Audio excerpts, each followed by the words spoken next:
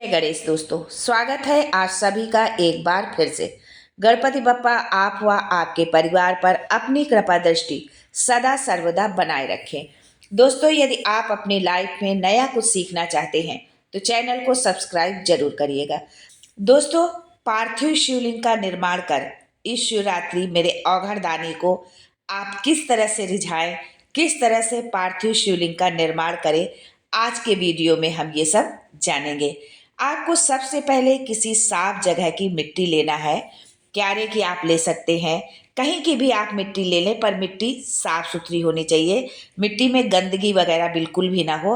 आप मिट्टी लाएं तो सबसे पहले मिट्टी को गंगा जल या किसी भी पवित्र नदी के जल का आप उसमें छींटा दें, यानी मिट्टी को पवित्र करें। मान लीजिए अगर कोई भी पवित्र जल आपके यहाँ गंगा यमुना सरयू का नहीं है, तो उस जल के अंदर आप जो है इत्र डालकर, एक सादे पानी में आप इत्र डाल लें और उससे जो है मिट्टी पर आप छिड़काव करें, पवित्र करें मिट्टी को।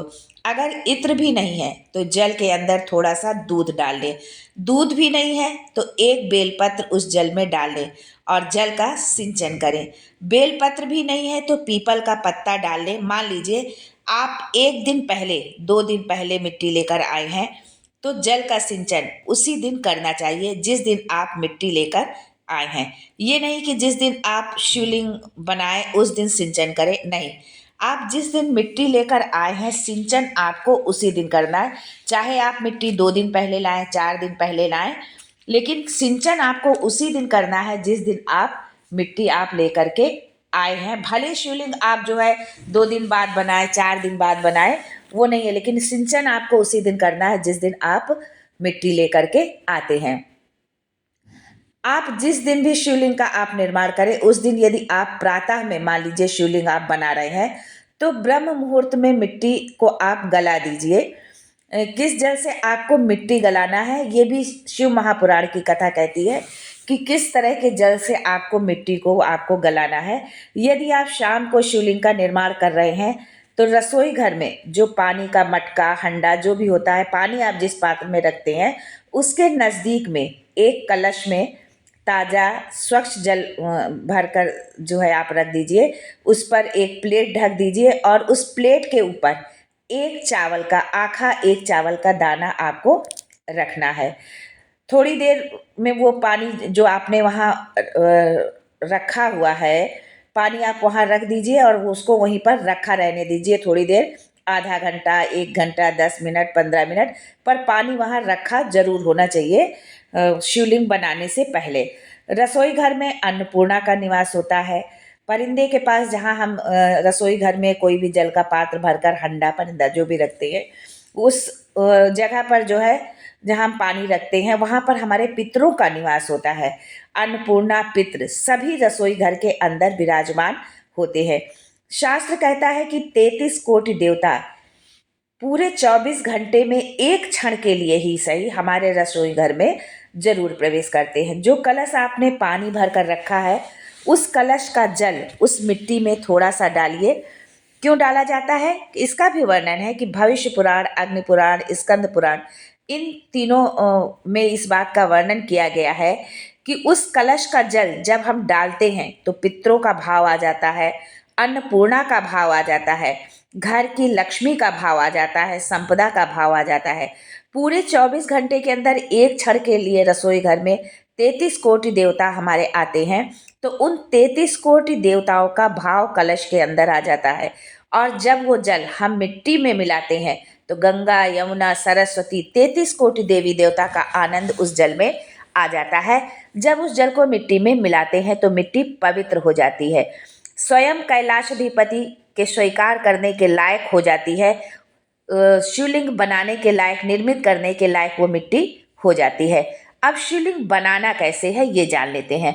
शिवलिंग बनाने से पहले आप पात्र पर, जिस पात्र पर आपको शिवलिंग बनाना है उस पात्र पर आप बेलपत्र एक रखें। जो है बेलपत्र का जो सीधा भाग होता है वो जो है ऊपर की ओर होना चाहिए, जो है, और उसकी जो डंडी होती है वो जहाँ से जल निकलता है, जो जलहरी होती है, उस दिशा की ओर जो है डंडी, उत्तर दिशा की ओर उसका डंडी होनी चाहिए। फिर उसके ऊपर जो है आप मिट्टी जो है डाल दीजिए। जो आपने मिट्टी गला के रखी है उस मिट्टी को आप पहले डाल दीजिए। सबसे पहले शिवलिंग का स्वरूप बनाना है आपको, जलाधारी नहीं बनानी, पहले शिवलिंग का स्वरूप बनाना है। फिर उसी शिवलिंग के पास में और मिट्टी डाल लीजिए। फिर उस मिट्टी से जलाधारी का निर्माण करिए। शिवलिंग जलाधारी जब निर्मित हो जाए तो शिवलिंग के पास में शिव जी का पूरा परिवार होता है। गोल भाग जो होता है जिस पर शिवलिंग रखा हुआ होता है वो पार्वती जी का हस्त कमल है।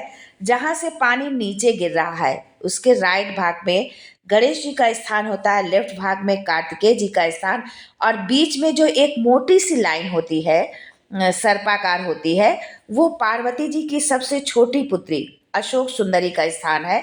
शंकर जी के ऊपर जो तिकोनी रखी होती है, ऊपर जो जल कलश में होता है और बूंद बूंद करके गिरता है, वो शंकर जी की 5 बेटियां जया, विशरा, सामली बारी, दोतली और देव है। आप पानी चाहे कलश से चढ़ाएं, श्रृंगी से चढ़ाएं, शिव जी की जलाधारी में आप चाहे जिस चीज से पानी चढ़ाएं, लेकिन उस जो आप जल चढ़ाते हैं उसमें जो है उनकी पांचों बेटियों का भाव होता है। शिव जी की जलाधारी में शिव जी का संपूर्ण परिवार होता है। आपको गणेश जी का पूजन करने के लिए कहीं और नहीं जाना, पार्वती माँ का पूजन करने के लिए कहीं और नहीं जाना। भगवान भोलेनाथ अपने पूरे परिवार के साथ ही विराजमान होते हैं। है शिवलिंग का निर्माण करने के बाद बहुत ही सुंदर भाव से आप बाबा का श्रृंगार करें, विधि विधान से उनका पूजन करें। हाँ, एक बात का ध्यान जरूर रखें कि यदि आपने पार्थिव शिवलिंग का निर्माण किया है तो रात होने से पहले शिवलिंग का आप विसर्जन करना बिल्कुल भी ना भूलें। उनका विसर्जन कर दें सूर्यास्त से पहले ही। मान लीजिए कि कोई विशेष पर्व है, शिवरात्रि है, हरताल का तीज है, या कोई विशेष उत्सव है, या मान लीजिए सावन पड़ा हुआ है, तब आप सारी रात शिवलिंग को रख सकते हैं। लेकिन अगर आपने ऐसे ही आपने बनाया हुआ शिवलिंग और उसका पूजन कर रहे हैं तो आप सूर्यास्त से पहले आप नदी में, जल में, जलाशय में, कहीं पर भी आप जो है शिवलिंग का विसर्जन जरूर कर दें। विसर्जन करते समय भी आपको ये ध्यान रखना है कि जब आप विसर्जन करें तो शिवलिंग की जो जल की धार है, जहाँ से जब हम शिवलिंग पर जल समर्पित करते हैं तो जल जहाँ से गिरता है यानी उत्तर का जो भाग होता है, वो जब हम विसर्जित करें, जिस पात्र में हमने रखा है शिवलिंग और विसर्जन कर रहे हैं, तो वो जो भाग है वो उत्तर वाला भाग हमारी ओर होना चाहिए। थाली मतलब आप इस तरह से पकड़े कि वो भाग हमको दिखे। जो उत्तर का भाग है वो हमें दिखना चाहिए विसर्जन करते समय। और जब पानी में शिवलिंग विसर्जित करें, जिस कामना से आपने शिवलिंग बनाया है वो कामना उस भाग को देखते देखते आप बोल दीजिए। बस वो कामना आपकी पूर्ण हो जाएगी। इतना ही आपको करना है। इसको कहते हैं कि पार्थिव शिवलिंग का निर्माण करना और उसकी आराधना करना। आप इस शिवरात्रि को पार्थिव शिवलिंग का निर्माण करें और आपकी जो भी मनोकामना है, आपके जीवन में जो भी समस्या, जो भी दुख तकलीफ है, वो जो है भगवान भोलेनाथ से कहकर इस तरह से शिवलिंग का निर्माण करें और इस तरह से जो है आप उसका विसर्जन करें। भोलेनाथ आपकी संपूर्ण समस्याओं को, संपूर्ण दुखों को आपको हरेंगे और आपको सुख संपत्ति सब कुछ देंगे जो आपकी कामना होगी। दोस्तों, अगर वीडियो पसंद आया हो तो वीडियो को लाइक करिएगा, दोस्तों को शेयर कर दीजिएगा, और अगर आपने अभी तक चैनल को सब्सक्राइब नहीं किया है तो चैनल को सब्सक्राइब करके बेल आइकन जरूर दबाइएगा। और यदि वीडियो ना अच्छा लगे तो आप डिसलाइक भी कर सकते हैं। आज के लिए बस इतना ही। दोस्तों, मिलते हैं अगले वीडियो में एक नई जानकारी के साथ। तब तक के लिए श्री शिवाय नमस्तुभ्यम and thanks for watching my video.